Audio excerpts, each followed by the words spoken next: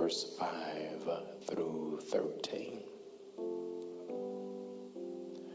I will do whatever you say, Ruth answered. So she went down to the threshing floor and did everything her mother-in-law told her to do. When Boaz had finished eating and drinking and was in good spirits, he went over to lie down at the far end of the grain pile. Ruth approached quietly, uncovered his feet, and lay down. In the middle of the night, something startled the man. He turned, and there was a woman lying at his feet. "Who are you?" he asked. "I am your servant Ruth," she said. "Spread the corner of your garment over me, since you are a guardian redeemer of our family." "The Lord bless you, my daughter," he replied. "This kindness is greater than that which you showed earlier. You have not run after the younger men, whether rich or poor. And now, my daughter, don't be afraid. I will do for you all you ask." Whoever you're standing beside, would you look at him and tell him he's going to do for you all that you've asked?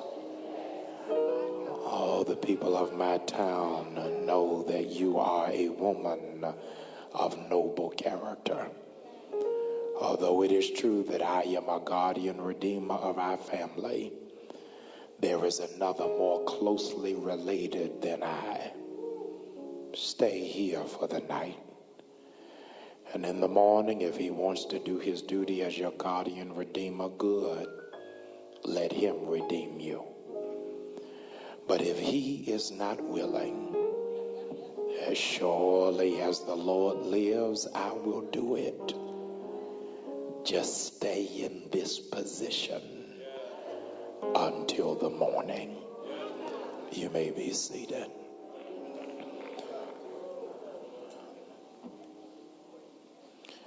Ruth chapter 3, verse number 7. Honor you, Pastor McPherson, this morning. When Boaz had finished eating and drinking and was in good spirits, he went over to lie down at the far end of the grain pile. I want to preach for a little while this morning using as a subject, I'm on top of my grain. I'm on top of my grain. Ladies and gentlemen, I want in a moment of transparency share with you a startling incident that happened to me just a few Sundays ago. After preaching 4 services here at Empowerment, it's my responsibility to fly to Bridgeport, Connecticut, to begin the installation of a dear college colleague whose father deceased and was now assuming the role as pastor of that thriving church. After preaching 4 services, there was no reason for me to tell you I was absolutely tired and drained. I'm no stranger to flying and do so at least 2 to 3 times a week. And so what happened just a few weeks ago really unnerved, disturbed, and bothered me. I was unprepared for it. From here to Hartford, Connecticut is a short jaunt of maybe 1 hour and 10 minutes. And somewhere, Aunt Cynthia, in the middle of the flight, I fell into a deep sleep. And unlike any other time that I travel around the world clocking in miles, somehow I slipped into a bad dream. Slipped into a bad dream in the air and woke up screaming. In that moment, everybody on the aircraft is thrown off trying to figure out what is going on. All the flight attendants who are on board hasten to my seat. I try to catch my breath and get my wits about me. Apologize to the frightened older white woman sitting next to me. The stewardess asked, what's wrong? Did you see something? Has something happened? Do you have a medical condition? And I said to her, no, I apologize. I was in the middle of a bad dream. She said, sir, do you remember what happened in the dream? I said, I felt myself drowning. I felt myself drowning, and at the moment that I screamed, my head was just going beneath the water. She tapped my shoulder with her hand and brushed me off and walked on down the aisle and said under her breath, well, you're okay because you can't be drowning if you're in the middle of the air. And ladies and gentlemen, something startled me in this moment that I had to transfer and translate to many of you who are awakened in the middle of a nightmare. And God would have me to tell you, you are above your greatest fear.